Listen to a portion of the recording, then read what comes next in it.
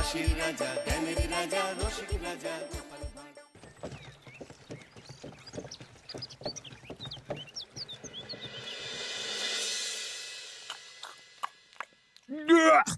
আরে বাবা, কি বিশ্রী রান্না হয়েছে! তরকারিতে কি কোনো জিরে বাটা, আদা বাটা কিছুই দেয়নি নাকি? কই গো রাধুনী ঠাকুর, কোথায় গেলে? এদিকে এসো। বলুন রানীমা। বলছি, তুমি তো রাজবাড়িতে দীর্ঘদিন ধরেই রান্না করছো, কিন্তু ইদানি তোমার রান্না এত বেস্বাদ লাগছে কেন? সে তো আমি বলতে পারবো না, আমি তো আগের মতনই রান্না করি। ছোট মুখে বড় কথা বলছি, আমি কিছু বলতে চাই রানীমা। এই, তুই আবার পাকামো করতে এসছিস কেন রে? তোকে কি রানীমা ডেকেছেন নাকি? আহ, কি বলতে চাইছে শুনেই দেখি না, বলো। রানীমা, এখন আর রাধুনী ঠাকুর আগের মতো যত্ন নিয়ে রান্না করেন না। রান্নাঘরে পড়ে পড়ে ঘুমোয় আর তাড়াহুড়ো করে কোনো রকমে রান্না করে দেন। একদম বাজে কথা বলবি না। বাজে কথা না রানীমা, শিল নোড়ায় বাটতে ওনার কষ্ট হবে বলে আজকাল রাধুনী ঠাকুর শুধু জিরে ফোড়ন দিয়ে রান্না করেন। এত বেতন দিয়ে তোমাকে রাখা হয় কি এই ফাঁকিবাজির জন্যে? কি মানে, ভুল হয়ে গেছে। এর যদি এই ভুল করার ইচ্ছে হয় তাহলে তল্পি তল্পা গুটিয়ে বাড়ি গিয়ে ভুল করো, মনে থাকবে? মনে থাকবে মহারাজ। কি হচ্ছে বলো তো রানী? সকালে বাগানে পায়চারি করছিলাম, দেখি মালি একটা গাছেও জল দেয়নি। এই গরমে জল না পেলে যে গাছপালাগুলো মরে যাবে। সবাইকে এবার মনে হচ্ছে বলে বলে কাজ করাতে হবে।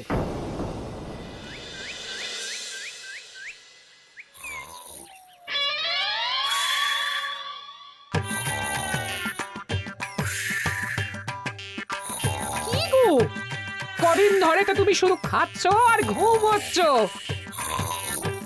বাজার দোকান কিছুই নেই গো, রাজসভাতেও যাও না।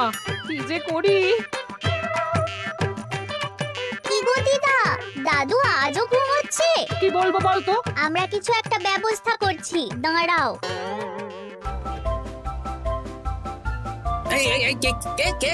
ওঠো দাদু, আর কত ঘুমে?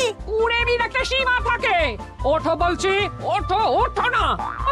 আমি বুঝতে পারছি বাড়ির কাজ, বাজার দোকান এসব না করার জন্য তুমি পড়ে পড়ে ঘুমোচ্ছ। দাদু কাজে ফাঁকি দিচ্ছে দিদা। দে পুটি, আরে সরসরি দে দে।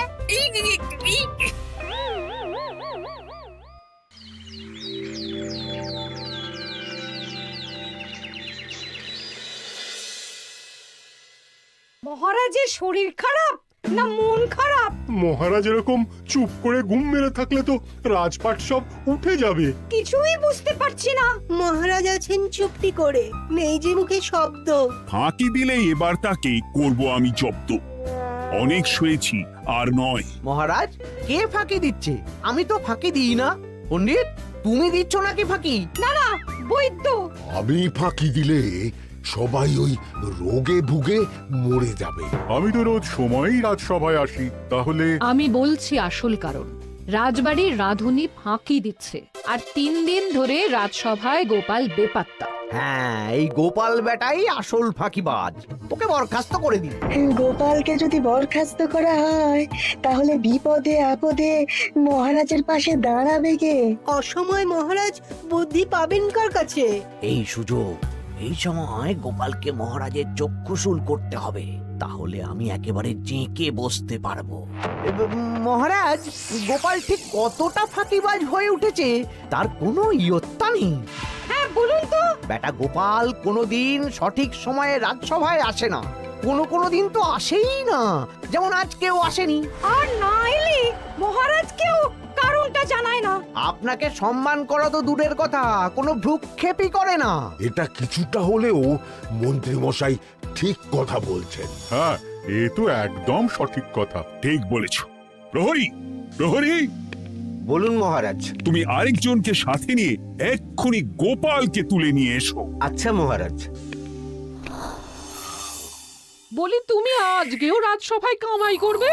অর্ধেক দিন কামাই করলে বেতন কাটা যাবে গো। গিন্নিমা, গোপালকে মহারাজ ডাকলেন। ওই দেখো, রাজবাড়ি থেকে প্রহরীও ডাকতে এসেছে। ওহ, মহারাজের আদেশ না শুনলে তোমাকে তুলে নিয়ে যেতে বাধ্য হব। আরে দাঁড়িয়ে দেখছিস কি? তুলে নিয়ে চল। ঠিক বলেছিস, তুই হাত ধর আর আমি পা ধরি।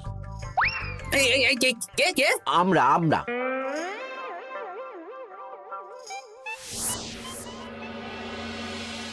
এসব কি গোপাল?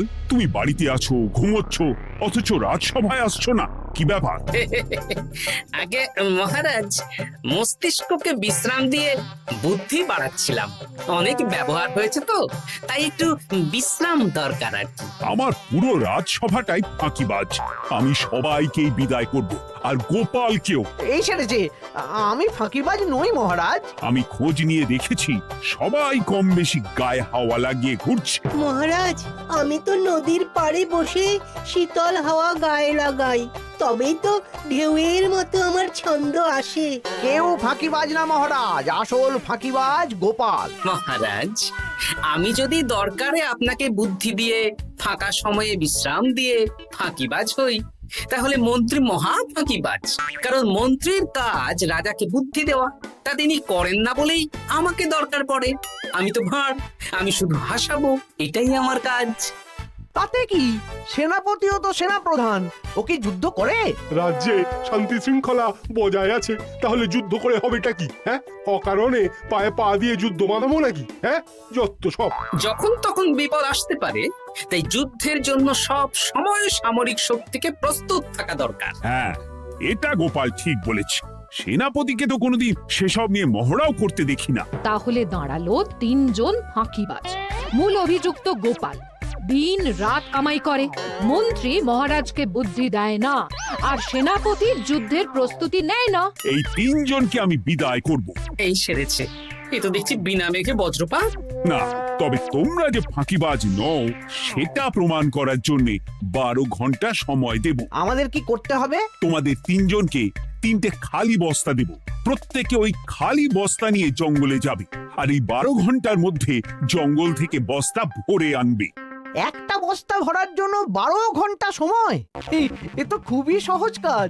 সহজ কঠিন জানি না, যে ফাঁকি দিয়ে ফাঁকা বস্তা জমা দেবে বা কিছুটা ভর্তি কিছুটা খালি আনবে, সে সাজা পাবে। আচ্ছা মহারাজ, আমি বস্তায় কি নিয়ে আসবো সেটা কি আপনি দেখবেন? তা দেখবো না, কিন্তু বস্তা ভরে আনতে হবে। আর যা বস্তায় ভরে আনবে তাই নিয়ে সবাই বাড়ি ফিরে যেতে পারবে। তার মানে বস্তাতে যা থাকবে সব বস্তার মালিকই পাবে। একদম তাই। বুঝে গেছি, ভিতরে কোনো গভীর পরিকল্পনা আছে। প্রহরী, প্রহরী, তুমি এই 3 জনকে 3টে বস্তা দিয়ে দাও। যথা আজ্ঞা মহারাজ। আর বাকি সভাসদেরা আজকে রাজসভাতেই থাকো। ওরা 3 জন আসবে, ওদের বিচার হবে, তারপর ফিরবে। আমাদের খাওয়া দাওয়া তাহলে রাজবাড়ির তরফ থেকেই দেয়া হবে মহারাজ? হ্যাঁ, জঙ্গলে তো যাচ্ছি, কি নেব? গোপাল, আমি বলি কি, তুমি বরং আমার বস্তায় ঢুকে যাও, আমি তোমাকেই নিয়ে ফিরে যাই, ল্যাটা চুকে যাবে। আপনি যদি একা আমাকে বস্তায় ভরে নিয়ে যেতে পারেন তো চলুন। একা? এই সেরেছে। দাঁড়ান, আমি আপনার কাঁধে চড়ে দেখি আপনি আমাকে বইতে পারবেন কি পারবেন না। না না, মুখ ফসকে বলে ফেলেছি, মাথা খারাপ নাকি? তাহলে নিজের মতন থাকুন।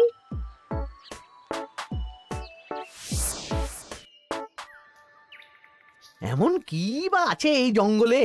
আমার কাজে লাগার মতন তো কিছুই দেখতে পাচ্ছি না।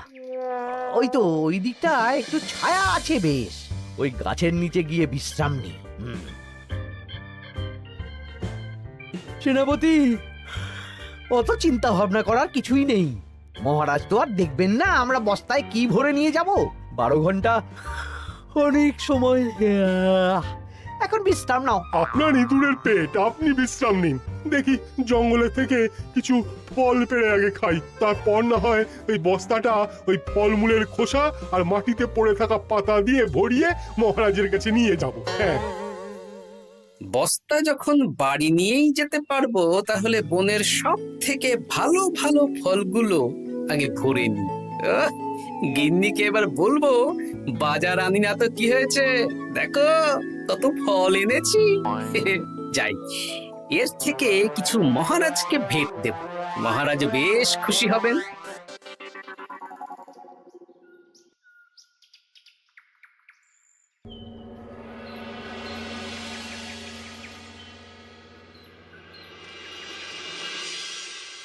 উফ, এই এত বড় জ্বালার মতো পেটখানা নিয়ে এই পেল্লাই গাছে উঠবো কি করে? দূর দূর, আশেপাশে ঢিল পাথরও দেখতে পাচ্ছি না। এই বুড়ো বয়সে হাড়গোড় ভাঙলে সে এক খারাপ ব্যাপার হবে। আরে দূরে ওদিক থেকে আওয়াজ পাওয়া যাচ্ছে, তার মানে এই বনে কেউ এসেছে।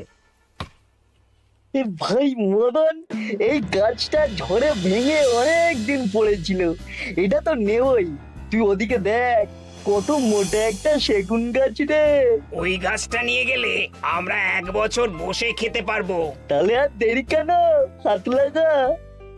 আরে আরে আরে করো কি, এগুলো সব আমাদের মহারাজ কৃষ্ণচন্দ্রের পছন্দের গাছ। ভুলেও এই গাছ কেটে নিয়ে যাওয়ার ভাবনা চিন্তা করো না। আর ওই সেগুন গাছটা তো মহারাজের সবচেয়ে প্রিয়। আরে মহারাজ কি করে জানবে শুনি, এই বনে তো তিনি ভুল করেও আসেন না। এই যে আমি আসি, আমি মহারাজের দূত। তোমরা যদি ভুল করে ওই সেগুন গাছে হাত দাও, তাহলে কিন্তু তোমাদের গর্দান যাবে। এই সেরেছে, কিন্তু আমরা তো কাঠুরিয়া, কাঠ ছাড়া পেট চালাবো কি করে? সে তোমাদের ব্যবস্থা তোমরা করো, অন্য অনেক কাজ আছে। এই সামনের গাছটা মরে পড়ে আছে, এটার কাঠ আমরা নিয়ে যেতে পারবো তো? তা পারবে, এতে অত চিন্তার ব্যাপার নেই। গোপাল আছে যখন, তখন এই রাজ্যের কেউ মুশকিলে থাকবেই না। শুধু তোমাদের একটা কাজ করতে হবে। কি কাজ? এই নাও বস্তা। আমার জন্য এই জঙ্গল থেকে টাটকা বিভিন্ন ফল পেড়ে এই বস্তা ভরে দাও, তাহলে মহারাজকে আর তোমাদের কথা বলবো না, বুঝলে? আর তোমাদের যাতে রাজবাড়িতে কোনো কাজ হয় সেই নিয়ে মহারাজের কাছে সুপারিশও করো, কেমন? বেশ বেশ, তুমি তাহলে এখন এখানে বিশ্রাম করো, আমরা তোমার বস্তা ভরে ফল নিয়ে আসছি। ঠিক আছে, আমি তোমাদের কুঠার পাহারা দিচ্ছি, তোমরা ভালো তরতাজা ফল বস্তায় ভরে নিয়ে এসো।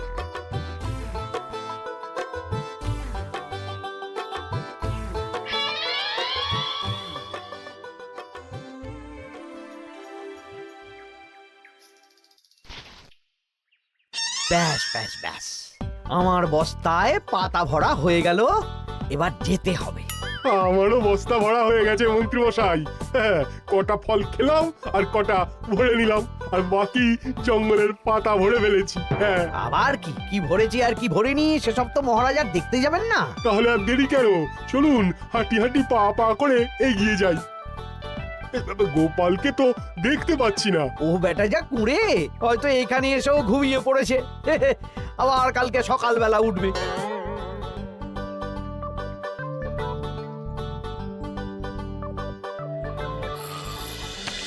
এই যে ভাইয়া, এই যে। হ্যাঁ, কে কে?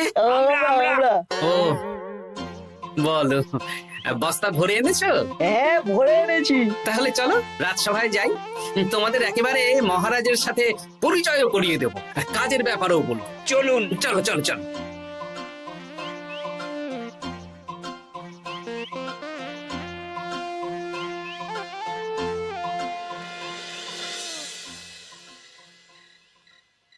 দেখা যাক মন্ত্রী সেনাপতি গোপাল কখন বস্তা ভরে আনে। এই তো চলে এসেছি, বিশ্রাম নিলাম, বস্তাও ভরে ফেললাম। এই দেখুন মহারাজ, আমিও বস্তা ভরে এনেছি। বাহ, তোমাদের বস্তা দেখে তো মনে হচ্ছে খুব হালকা। হ্যাঁ, আপনি যখন আমাদের বস্তা ভরে কি এনেছি সেটা দেখবেন না, তখন অত খাটাখাটনি করে কি লাভ মহারাজ? কিন্তু গোপালের এখনো অবধি দেখা নেই, ও কি সোনা গয়না ভরে আনছে? গোপাল যা কুঁড়ে আর ঘুমকাতুরে, হয়তো জঙ্গলেও ঘুমিয়েই পড়েছে। মহারাজ, আপনি একটা কাজ করুন, আমাকে আর মন্ত্রী মশাইকে যুগ্মভাবে বিজয়ী ঘোষণা করে দিন, ব্যাস। এত তাড়া কিসের? বাবা বাবা বাবা বাবা, তোমরা তিনজনেই বস্তা ভরে এনেছো, আমি খুব খুশি। আমার কথা শুনে কাজ করেছো, তোমরা তিনজনেই বিজয়ী। এবার বাড়ি যাও, যাও। গোপাল কি করে বিজয়ী হয় মহারাজ? এই বস্তা ভরে নিয়ে আসাতেও তো ওর ফাঁকিবাজি ধরা পড়ছে। কিসের ফাঁকিবাজি? এই যে দুটো লোক তোমার হয়ে বস্তা বয়ে আনলো, সে তো মহারাজ সহ আমরা সবাই দেখতেই পেলাম। তা তো ঠিক, গোপাল নিজে হাতে বস্তা ভরে আনেনি। মহারাজ বস্তা ভরে আনতে বলেছেন, আমি এনেছি, এখানেই কথা শেষ। আমি কাকে দিয়ে বস্তা ভরালাম, কে আমাকে সাহায্য করলো, সেসব তো কোনো শর্ত আরোপ করা ছিল না। কিন্তু পরীক্ষাটা তো কে ফাঁকিবাজ সেটা প্রমাণ করার পরীক্ষা। এখানে তো তুমি ফাঁকি দিলে গোপাল। এটাও ঠিক কথা, তাহলে গোপালের শাস্তি পাওয়া উচিত। মহারাজ, আপনার শর্ত ছিল সেই ফাঁকিবাজ বলে প্রমাণিত হবে যে বস্তা খালি আনবে। এইখানে আপনি একটা ছোট্ট ভুল করেছেন মহারাজ। বস্তায় কি আছে সেটা দেখবেন না আগেই বলে দিয়েছেন। তা তো বলেছি। আপনি নিশ্চয় জানেন পাঠশালায় কিছু ছাত্রছাত্রী থাকে যারা পড়ার বইয়ে মুখ গুজে বসে থাকলেও পড়ায় তাদের মন থাকে না, মাথাতেও পড়া ঢোকে না, তাই সেই পড়া তাদের কোনো কাজে লাগে না। কি পণ্ডিত মশাই, এদেরকেই তো বলে ফাঁকিবাজ।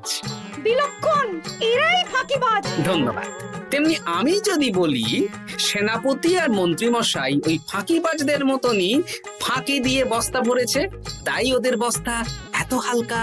সে তো আমি বুঝতেই পারছি। কিন্তু আমার বস্তায় যা জিনিস ভরে এনেছি তা একার পক্ষে সংগ্রহ করা মুশকিল ছিল, তাই আমি দুজনের সহযোগিতা নিয়েছি। মহারাজ, আপনি কি বস্তা খুলে দেখবেন নাকি? না না, আমি খুলে দেখলে আমার কথার খেলাপ হবে। এবার তো দেখছি আবার তিনজনের পরীক্ষা নিতে হবে। হ্যাঁ, নইলে প্রকৃত ফাঁকিবাজ কে সেটা প্রমাণ হবে না। কিন্তু ফাঁকিবাজ ধরার উপায় কি? মহারাজ, আমরা বরং আমাদের বস্তা নিয়ে বাড়ি না গিয়ে একদিন কারাগারেই থাকি, আর তাতেই প্রমাণ হবে এই বস্তায় সত্যি কি আছে যা আমাদের নিজেদের কাজে লাগবে। এটা ভালো বুদ্ধি। মহারাজ তখনই কারাগার থেকে আমাদের মুক্ত করবেন যখন আমরা আর থাকতে না পেরে ডাক দেব, আর যে আগে বেরোতে চাইবে সে সব থেকে বড় ফাঁকিবাজ, মানে যে আগু পিছু না ভেবে কাজ করে। বেশ, তাহলে তাই হোক। মহারাজ, কারাগারে শুধু জল ছাড়া আর কিচ্ছু দেওয়া হবে না, কারণ বস্তায় তো আর জল থাকতে পারে না। না না, তা কি করে হয়? শুধু জল? হ্যাঁ, আমি তো লোককে দিয়ে বস্তা ভরিয়েছি। আপনারা নিজে কি এমন কাজের জিনিস ভরেছেন সেটাই প্রমাণ হবে। বেশ, তাহলে তোমরা কারাগারে যাও। প্রহরী, ব্যবস্থা করো। আর এই দুজন কাঠুরিয়া বেশ কর্মঠ মহারাজ, যদি কোনো রাজবাড়ির কাজ থাকে এদের দিয়ে করাতে পারেন। আমার বাগানের মালিটা খুব ফাঁকি দিচ্ছে, তাহলে ওদের সাথে কথা বলে নিচ্ছি। যাও যাও, তোমরা কারাগারে যাও।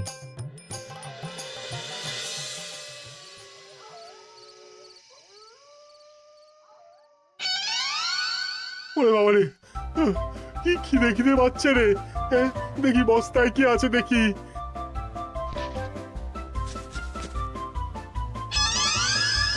দু একটা পচা ফল, দেখি দেখি একটু ভালো আছে।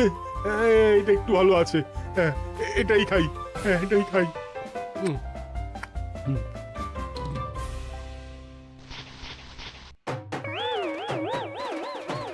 আমি তো শুধু পাতা ভরেছি, কি সেরেছি? আমাকে কি জল খেয়েই কাটাতে হবে? এবার আমি দেখি। আহ, টাটকা ফল আর জল। আমার কাছে যা ফল আছে এগুলো খেয়ে আরাম করে 5-6 দিন কেটে যাবে। ও গোপাল, আমাকেও কটা ফল দাও না গো। ও গোপাল, আপনি এখান থেকে উঠুন, অন্য বাগানে ফুল হয়ে ফুটুন। ফল খাবেন? এখন কর্মফল ভোগ করুন। ওরে বাবা, জল খেয়ে আর কতক্ষণ কাটাবো?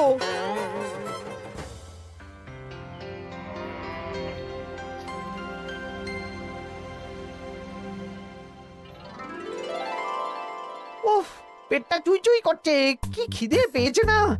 আমি আমি বাড়ি যাব। আপনি বাড়ি যাবেন? তাহলে বেরিয়ে আসুন, বেরিয়ে আসুন। বেটা গোপাল কায়দা করে এমন শর্ত দিতে বললো, পুরো ফেঁসে গেলাম। আমারও তো খাওয়ার মতন তেমন কিছু নেই, আমিও এখানে থাকবো না।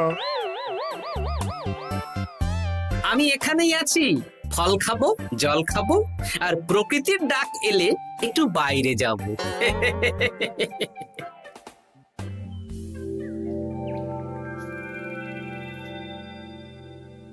কি তোমরা কারাগারে এক রাতের বেশি তো থাকতেই পারলে না? কি আর করব বলুন মহারাজ, আমরা তো আর গোপালের মতন বস্তা ভরে টাটকা ফল নিয়ে আসিনি। বেটা গোপাল আমাদের দেখিয়ে দেখিয়ে ফল খাচ্ছিল, অতি আমাদের খিদে আরো বেড়ে যাচ্ছিল। তাহলে এরা দুজনে তো হার মেনে নিল। গোপাল কি করছে? গোপাল খাচ্ছে আর ঘুমোচ্ছে। ওকেও নিয়ে এসো। আচ্ছা মহারাজ। একই মহারাজ, আমার তো এখনো বাইরে আসার ইচ্ছে হয়নি। কি আর করা যাবে, ওরা হার মেনে নিয়েছে, তার মানে তুমি জয়ী হয়ে গেলে গোপাল। আমার বস্তায় ভরে অনেক ফল এনেছিলাম, এখনো অনেক আছে।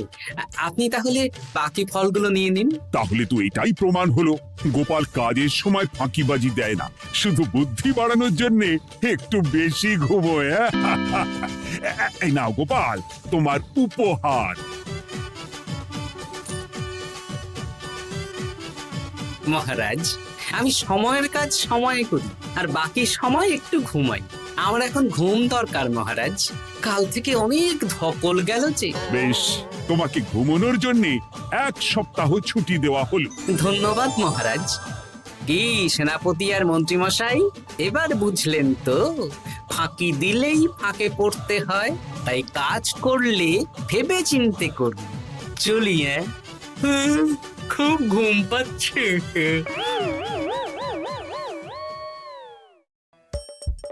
হাসির রাজা জ্ঞানের রাজা রসিক